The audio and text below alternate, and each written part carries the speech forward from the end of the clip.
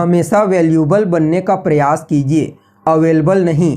अगर अवेलेबल बनोगे तो दुनिया सिर्फ आपका इस्तेमाल करेगी। नमस्कार दोस्तों, मैं ज्योतिष आचार्य वासुदेव मिश्रा आपका अपने चैनल मिरेकल ऑफ एस्ट्रोलॉजी में हार्दिक स्वागत करता हूं। दोस्तों, आज का यह ज्योतिष का कार्यक्रम आप लोगों के लिए यानी कि मेष राशि वालों के लिए बेहद ही ज़्यादा खास और विशेष कार्यक्रम साबित होने वाला है। आज हम बात करेंगे युवराज बुध के गोचर प्रभाव के बारे में। जी हाँ, युवराज बुध अपनी वर्तमान नीच राशि मीन राशि को छोड़कर अपने परम शत्रु मंगल की मूल त्रिकोण राशि मेष राशि में गोचर करने के लिए जा रहे हैं। अब देखा जाए तो राजकुमार बुध आने वाले 26 मार्च 2024 की प्रातः 3:07 पर गोचर करने के लिए जा रहे हैं। यहाँ पर 2 अप्रैल तक मार्गी अवस्था में गोचर करेंगे। फिर 2 अप्रैल को लगभग प्रातःकाल 4:09 पर मार्गी चाल से वक्री चाल चलना प्रारंभ कर देंगे और वक्री चाल चलते हुए 9 अप्रैल 2024 की रात लगभग 9:25 पर अपनी नीच राशि यानी कि मीन राशि में पुनः प्रवेश कर जाएंगे और यहाँ पर 25 अप्रैल तक वक्री चाल चलेंगे। फिर 25 अप्रैल को अपनी वक्री चाल में परिवर्तन करके मार्गी चाल चलना शुरू करेंगे और फिर 10 मई 2024 को फिर से राशि परिवर्तन करके मेष राशि जो कि एक अग्नि तत्वीय राशि है उसमें प्रवेश कर जाएंगे। यहाँ पर युवराज काफ़ी लंबे समय तक मीन और मेष राशि में वक्री और मार्गी चाल चलते हुए आपको प्रभावित करेंगे। वैसे तो यह गोचर काफ़ी लंबा होगा और समय समय पर जब जब युवराज राशि परिवर्तन करेंगे तब तब उनके प्रभाव के बारे में आपको बताएंगे। आज चर्चा होगी मेष राशि में गोचर करने वाले बुध के प्रभाव के बारे में। जी हाँ, राजकुमार बुध भूमिपुत्र मंगल की मूल त्रिकोण राशि मेष राशि में गोचर करते हुए किस प्रकार से आपको परिणाम प्रदान करेंगे। इस गोचर काल के दौरान किन किन क्षेत्रों में विशेष तौर पर आपको सकारात्मक परिणाम की प्राप्ति होगी, तो वहीं कौन कौन सी सावधानी आपको बरतने की आवश्यकता होगी। राजकुमार का यह राशि परिवर्तन आपके जीवन में क्या कुछ बड़ा परिवर्तन कर सकता है। जी हाँ, आपकी सेहत के दृष्टिकोण से, आपकी लव लाइफ, आपके पारिवारिक जीवन, दाम्पत्य जीवन के दृष्टिकोण से यह गोचर आपके लिए कितना प्रॉफिटेबल साबित होगा। आपका भाग्य, करियर, बिजनेस, व्यापार और फाइनेंस के दृष्टिकोण से युवराज बुध के इस गोचर को आपके लिए कितना लाभप्रद कहा जा सकता है। इसके साथ ही राजकुमार के इस गोचर प्रभाव को और ज़्यादा बेहतर बनाने के लिए कौन सा उपाय आपको करना चाहिए, इन तमाम प्रकार के प्रश्नों के उत्तर आज के इस कार्यक्रम में आपको बताएंगे। इसलिए कार्यक्रम को बिना मिस किए अंत तक देखने का प्रयास कीजिए। और अगर आप अपनी जन्म कुंडली पर हमसे परामर्श लेना चाहते हैं तो डिस्क्रिप्शन बॉक्स में और वीडियो में आपको हमारा कॉन्टैक्ट नंबर मिल जाएगा, जहां से आप या तो व्हाट्सएप के माध्यम से या फिर डायरेक्ट फ़ोन कॉल के थ्रू अपनी जन्म कुंडली का विस्तार पूर्वक विश्लेषण करवाने के लिए अपॉइंटमेंट ले सकते हैं। जी हाँ, अगर राजकुमार के बारे में बात की जाए तो राजकुमार बुध चाहे व्यापार के क्षेत्र में हो, शेयर मार्केट के क्षेत्र में हो, media, banking, community, research, marketing, इन सभी क्षेत्रों में राजकुमार बुध का ही सिक्का चलता है। इसके अलावा विद्यार्थियों के जीवन में जो कुछ भी महत्वपूर्ण परिवर्तन होते हैं उसके पीछे भी राजकुमार का ही हाथ होता है। और पूरे 9 ग्रह में बुध ही एकमात्र ऐसे ग्रह हैं जो अपना फल तुरंत ही प्रदान कर देते हैं।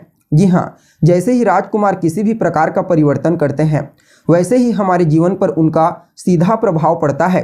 खास करके मार्केट के क्षेत्र में जब मजबूत अवस्था में इनका गोचर होता है, शुभ ग्रहों के इन्फ्लुएंस में आकर के जब ये गोचर करते हैं तो फिर कहीं ना कहीं उस समयावधि में बिजनेस व्यापार में विशेष सफलता की प्राप्ति होती है। विद्यार्थियों को उनके पढ़ाई के क्षेत्र में लाभ मिलता है और कहीं ना कहीं बैंकिंग, शेयर मार्केट, कम्युनिकेशन, इन सभी क्षेत्रों में काफ़ी हद तक बूस्टिंग होती है।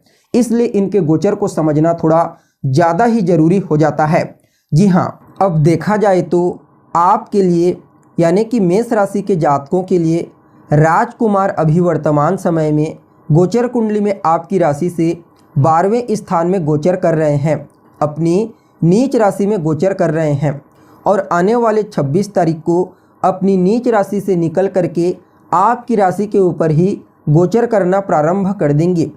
अगर देखा जाए तो आपके लिए यानी कि मेष राशि के जातकों के लिए राजकुमार बुध कोई कारक ग्रह नहीं बनते, यहाँ पर राजकुमार आपके लिए आपके छठे भाव यानी कि आपके षष्ठेश बन करके गोचर कुंडली में आपकी राशि के ऊपर गोचर करेंगे, जिसके चलते आपके लिए राजकुमार के इस गोचर काल को आपकी सेहत के दृष्टिकोण से, आपके स्वास्थ्य के दृष्टिकोण से अनुकूल नहीं कहा जा सकता। जी हाँ, इस गोचर काल के दौरान आपको सेहत से संबंधित समस्याओं का सामना करना पड़ सकता है। इसलिए इस गोचर काल के दौरान आपको विशेष रूप से अपनी सेहत का ध्यान रखना है। जी हाँ, इस गोचर काल के दौरान अपने रहन सहन, अपने खान पान, अपनी दिनचर्या पर विशेष रूप से आपको ध्यान देने की आवश्यकता है। देखिए, यहाँ पर राजकुमार आपके लिए आपके छठे भाव के तो स्वामी बनते ही हैं, साथ ही साथ आपके तीसरे भाव को भी कंट्रोल करते हैं, यानी कि आपके तीसरे स्थान के भी स्वामी बनते हैं। तो ऐसे में इस गोचर काल के दौरान आपके लिए कुछ महत्वपूर्ण यात्राओं के योग बने हुए हैं, यानी कि आप इस गोचर काल के दौरान कोई छोटी मोटी यात्रा कर सकते हैं, जिससे आपको लाभ की प्राप्ति होगी। कहीं ना कहीं देखा जाए तो यह जो गोचर होगा आपके छोटे भाई बहनों के लिए भी उतना अनुकूल नहीं कहा जा सकता। उनके जीवन में संघर्ष की स्थिति को बढ़ाने वाला गोचर है। हालांकि इस समय आपको आपके द्वारा उन्हें सपोर्ट की प्राप्ति होगी और कुछ न कुछ आपको भी इस समय राहत की प्राप्ति होने वाली है, क्योंकि यहाँ पर देवगुरु बृहस्पति भी उपस्थित रहेंगे। हालांकि यहाँ पर राजकुमार बुध और देवगुरु बृहस्पति के बीच की दूरी बहुत ज़्यादा रहेगी, फलतः यहाँ पर राजकुमार को देवगुरु बृहस्पति का उतना सपोर्ट नहीं मिल पाएगा, क्योंकि यह तुरंत ही मीन राशि में आ जाएंगे वक्र अवस्था में आने के पश्चात, इसलिए ज़्यादा दूर तक नहीं जा पाएंगे। फलतः गुरु के साथ सीधा संपर्क बिल्कुल भी नहीं बना पाएंगे। परिणाम स्वरूप इस गोचर काल के दौरान आपको कुछ मामलों में जैसे कि अपनी सेहत को लेकर के ध्यान रखना है। अपने कार्य क्षेत्र में भी आपको हर चीज़ का अच्छे से निरीक्षण करके ही कोई फैसला करना चाहिए। और कहीं ना कहीं देखा जाए तो इस गोचर काल के दौरान आपकी दिनचर्या में भी कुछ परिवर्तन हो सकता है। देखिए, यह जो समय होगा यह आपके संबंधों को भी चुनौती प्रदान करेगा। खास करके बहन बुआ के साथ संबंधों में विपरीत परिस्थिति उत्पन्न हो सकती है।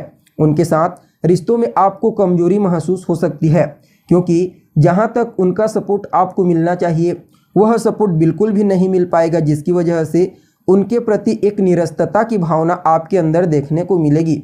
इसलिए अपने संबंधों को बेहतर बनाने का प्रयास कीजिए इस गोचर काल के दौरान। जहाँ तक आपकी सेहत को भी देखा जाए तो बहुत ज़्यादा ही डैमेज कर सकता है यह गोचर, इसलिए अपने रहन सहन पर आप विशेष ध्यान दीजिए। बाकी यह समय आपके कार्य क्षेत्र के दृष्टिकोण से, आपके धन के दृष्टिकोण से बहुत ही बढ़िया रहने वाला है। आपको अवश्य ही आपके कार्य क्षेत्र में आपकी पॉपुलैरिटी को बढ़ाएगा, आपके संवाद शैली को मजबूती प्रदान करेगा, वाक शक्ति बेहतर होगी, आपकी वाणी की मिठास लोगों को आकर्षित कर सकती है और कहीं ना कहीं देखा जाए तो बिजनेस व्यापार में सफलता की प्राप्ति होगी। और फिर भी इस समयावधि में आपको कुछ चीज़ें ऐसी आपके जीवन में घटित होने वाली है जो बिल्कुल भी नहीं होनी चाहिए, इसलिए कुछ चीज़ों का ध्यान रख करके आपको आगे बढ़ना है। और इस गोचर को और ज़्यादा बेहतर बनाने के लिए बुधवार के दिन गणेश जी के मंदिर में जाइए, उन्हें दुर्वा अर्पित कीजिए। साथ ही साथ आप बुधवार के दिन ही गणेश जी के बीज मंत्र का कम से कम 3 माला 108 बार या फिर 5 माला जाप कीजिए। आपके लिए यह गोचर काफ़ी हद तक श्रेष्ठ परिणाम प्रदायक साबित होगा। तो दोस्तों, हमें उम्मीद है जानकारी आपको पसंद आई होगी। अगर जानकारी अच्छी लगे तो लाइक करें, शेयर करें और हमारे चैनल को सब्सक्राइब करें। आज के लिए बस इतना ही, फिर मुलाकात होगी एक नए और ताज़ा एपिसोड में। तब तक के लिए नमस्कार।